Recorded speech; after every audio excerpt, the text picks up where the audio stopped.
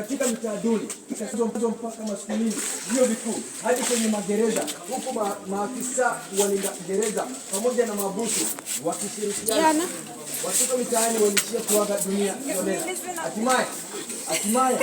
Hatimaye mashauri aliweza kuuliza moja kwa moja hadi nyumbani. Ulikuwa wapi? Chukua picha. Hey Andy. Sini beach. Hi Tiana. Sini beach. Kwani hakutaka kuhatarisha maisha yake kuendelea kukaa aliyekuwa. Basi hao wawili katika chama cha ushirika. Brighton. Hi. Unaweza vilevile kuwarai vijana. Hi Adam.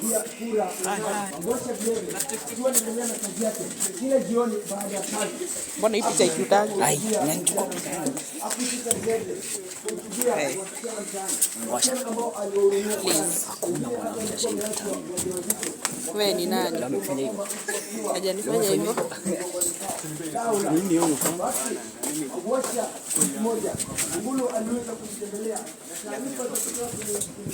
Hi Kevo. Good, what's up?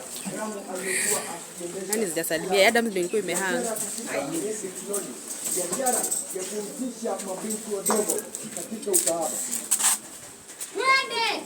Mangwasha!